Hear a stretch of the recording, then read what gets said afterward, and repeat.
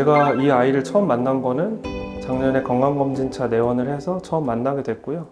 아이는 매우 순하고 착한 아이고, 다만 이제 품종이 페르시안이기 때문에 원래도 이제 신부전이나 신부전에 취약한 품종으로 알려져 있어요.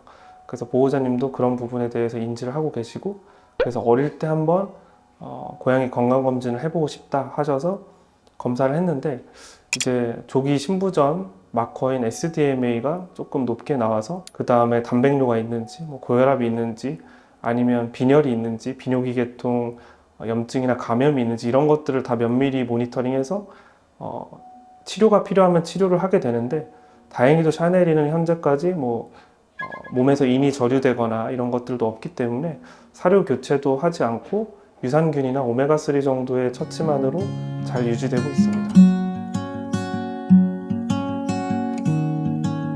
그 비유엔 크레아틴이라고 하는 수치가 조금 높지는 않은데 정상에서 가장 끄트머리에 가 있기는 해요.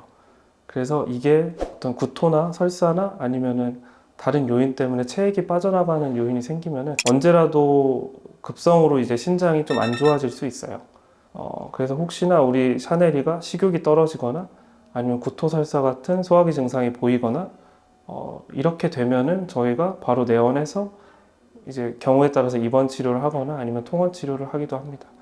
다행히도 지금까지 거의 1년 동안 봤을 때는 샤넬이는 중간에 이제 상부 호흡기 감염증 한 번 겪었던 거 이외에는 아팠던 적은 한 번도 없었습니다.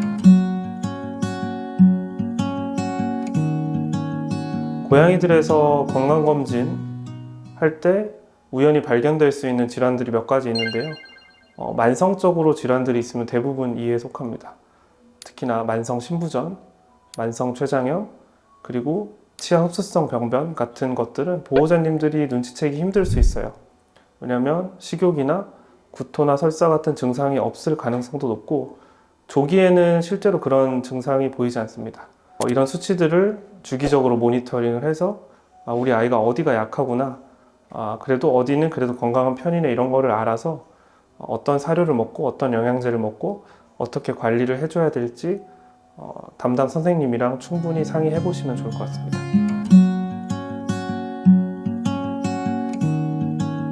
대부분 아이들이 고양이에서 1살 정도 되면 성묘로 분류를 하는데, 이 성묘가 됐을 때가 전 연령에서 가장 건강한 나이라고 알려져 있어요. 그래서 1살에서 2살 사이에 검사를 해보면은 이 친구가 어느 정도 수준이 이 친구한테는 건강한 수치인지가 나옵니다. 근육이 많은 아이들은 크레아티닌이 한 1.5여도 정상인 아이들이 있고요. 근육이 되게 적고 마른 아이들은 한 1.0 이렇게 되는 게 정상인 아이들도 있어요. 근데 나중에 검사를 해봤더니 근육이 적은 아이가 크레아티닌이 한 1이었는데 1.5가 됐다. 이러면 상승 추세라고 보는 거고 문제가 있다고 판단을 할 수도 있는 겁니다. 그렇기 때문에 저희가 추천드리는 거는 1살에서 2살에는 베이직 정도의 검사는 해서 이 친구의 기준을 잡아 놓는 것이 중요하다고 생각합니다. 우연히도 건강검진할 때 발견이 되는 질환이 있으면은 선생님이랑 상의해서 주기적으로 약을 먹을지 아니면은 이것을 팔로우업을 할지를 결정하는데요. 예를 들어서 약을 먹는 아이들은 주기적으로 내원을 하기 때문에 내원을 하면서 담당 선생님과 상의를 해서 치료 방향성을 결정하게 되고요. 약을 먹을 필요가 없는 지금 오늘 같은 경우에는 제가 이제 보호자님께 3개월 뒤나 6개월 뒤에 이런 검사들이 필요하다고 안내를 미리 해드립니다. 예를 들어서 오늘 검사한 샤넬이는 신장 수치가 그래도 잘 유지되고 있기 때문에 지금처럼 6개월 간격으로 신장 수치 모니터링을 할 계획입니다. 고양이 특성상 스트레스에 매우 취약하기 때문에 자주 오지 않으면서 체크를 할 때는 6개월 정도 간격을 권장드립니다.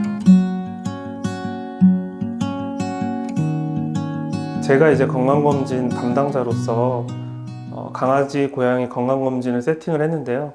사실 강아지와 고양이에서 자주 걸리는 질환에 대해서 조금 다르기 때문에 세팅할 때 그거를 고려해서 고양이는 중점적으로 본 부분이 이제 비뇨생식기 계통을 중점적으로 많이 봤고, 고양이들은 어린 나이에도 심장 또는 신장, 콩팥에도 문제가 있는 아이들이 있기 때문에 좀 좀 조기 마커들을 많이 넣어놨습니다. 그래서 고양이 같은 경우에 베이직, 스탠다드, 시니어, 프리미엄으로 4가지로 나누어서 검사를 진행하고요. 베이직이라고 해서 검사가 너무 적거나 막 이거 대충 보는 거 아니야? 그렇지 않고요. 저희가 뭐 SDMA나 프로BNP 포함한 대부분의 검사들을 진행하니까요. 대부분의 질환들에 대해서 조기 진단은 가능합니다. 하지만 뭐 이제 스탠다드나 시니어에서는 조금 더 추가적인 뭐 이제 췌장염 수치라든지 아니면 급성 염증 수치라든지 뭐 이런 것들이 더 추가되기 때문에 나이가 있는 아이들은 그런 것들을 조금 더 고려해 보시면 좋을 것 같습니다. 나이대별로 잘 걸리는 질환을 어느 정도 나이에 맞게 검사를 해서 조기에 발견하는 것이 중요하고요. 그 다음에 언제나 만성 신부전을 미리 알아서 우리 친구들한테 좋은 영양제라든지 사료를 바꿔야 될 시기를 빨리 캐치해서 아이들이 조금 더 덜 고통받을 수 있게 그렇게 도와주는 게 좋지 않을까 싶습니다. 고양이의 1년이 사람의 4년 정도라고 알려져 있어요, 요즘은.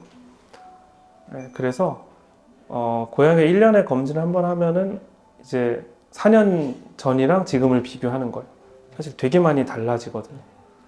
그래서 제가 말씀드리고 싶은 거는 검진은 건강할 때 하는 거고, 검진에서 질환이 발견되면 감사하게 이거를 빨리 치료할 수 있는 기회를 얻은 거고, 그래서 빨리 치료를 해서 고양이가 조금 덜 아프게 오래 행복하게 살 수 있게 해주는 게 저희 병원 목표입니다.